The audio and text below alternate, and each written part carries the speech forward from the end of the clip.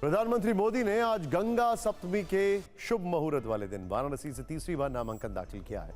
PM Modi ने काशी में अपने दिन की शुरुआत गंगा पूजन के साथ की। उन्होंने मां गंगा को पुष्प अर्पित किए, आरती की और दुग्धाभिषेक किया। इसके बाद पीएम मोदी काशी के कोतवाल कहे जाने वाले काल भैरव मंदिर पहुंचे। यहां से आशीर्वाद लेकर उन्होंने 4 प्रस्तावकों के साथ तीसरी बार पर्चा दाखिल किया। उनके पूरे काशी दौरे की एक एक डिटेल हम थोड़ी देर में दिखाएंगे, लेकिन पीएम मोदी के नामांकन से जुड़ी इस वक्त की सबसे बड़ी खबर सबसे पहले बताते हैं। पीएम मोदी ने नामांकन में 23 पन्नों का जो हलफनामा दाखिल किया है, TV9 भारतवर्ष के पास उसकी एक्सक्लूसिव कॉपी मौजूद है। पीएम मोदी ने हलफनामे में संपत्ति का ब्यौरा दिया है।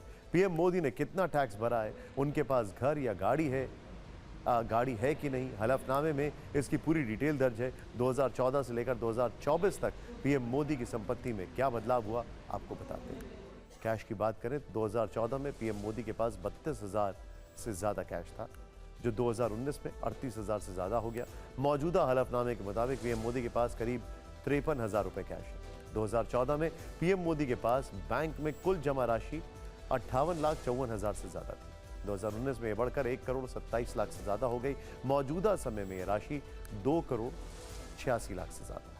पीएम मोदी के पास सोने की 4 अंगूठी हैं। 2014 में इनकी कीमत 1,35,000 थी। 2019 में घटकर 1,13,000 के पास रह गई। मौजूदा वक्त में इनकी कीमत करीब 2,67,000 से ज्यादा है। अचल संपत्ति की बात करें तो 2014 में पीएम मोदी के पास 1 करोड़ की अचल संपत्ति थी। 2019 में 1,10,00,000 से ज्यादा की संपत्ति का ब्यौरा दिया। मौजूदा हलफनामे में अचल संपत्ति का कोई ब्यौरा नहीं। गाड़ी की बात करें तो 2014 से लेकर 24 तक पीएम मोदी के पास कोई निजी गाड़ी नहीं है। पीएम मोदी ने जिन 4 प्रस्तावकों के संग पर्चा भरा, उनमें अलग अलग समुदाय के लोग शामिल थे। प्रस्तावकों को चुनने में किन समीकरणों का ध्यान रखा गया, जाति फैक्टर, वोट फैक्टर को कैसे साधा गया, इस रिपोर्ट में।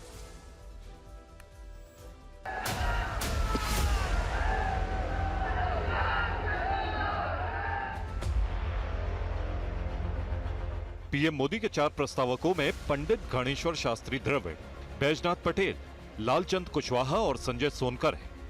पीएम मोदी के प्रस्तावक तय करने में बीजेपी ने एक साथ कई समीकरणों का ध्यान रखा, पुराने कार्यकर्ताओं को तवज्जो दी, जातीय समीकरण का ध्यान रखा और क्षेत्रीय संतुलन बनाए रखने का प्रयास किया। पंडित गणेश्वर शास्त्री ब्राह्मण समाज से हैं। इन्होंने राम मंदिर की प्राण प्रतिष्ठा का मुहूर्त और व्यास जी के तहखाने में पूजा कराने का मुहूर्त निकाला था। ये वाराणसी लोकसभा क्षेत्र की दक्षिणी विधानसभा से आते हैं। बैजनाथ पटेल ओबीसी समाज से आते हैं, संघ के पुराने और समर्पित कार्यकर्ता रहे हैं। बैजनाथ पटेल वाराणसी लोकसभा क्षेत्र के जिस रोहनिया सेवापुरी से आते हैं, वहां 2 लाख से ज्यादा पटेल वोटरों की संख्या है। लालचंद कुशवाहा कैंट विधानसभा क्षेत्र से आते हैं और ओबीसी समाज से जुड़े हैं। इसके साथ ही दलित समाज से आने वाले संजय सोनकर उत्तरी विधानसभा क्षेत्र से आते हैं।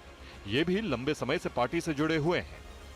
प्रत्याशी का समर्थक बनना और प्रस्तावक बनना और उसी में संगठन में काम करना, तो बोलिए उससे बड़ा सम्मान और दूसरा हो सकता है। राम जी की प्रतिष्ठा उनके द्वारा हुई है, तो हम लोग तो शुभ ही मानेंगे। आपका आशीर्वाद, उनका स्नेह भी। पूर्ण। भारतीय जनता पार्टी एक कार्यकर्ता वाली पार्टी है और सबका साथ, सबका विकास, सबके विश्वास के साथ काम करती है।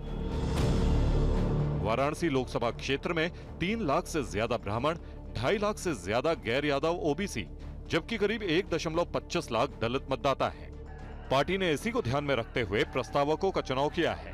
प्रतिमा मिश्रा, विपिन चौबे के साथ पंकज झा, TV9 भारतवर्ष, वाराणसी।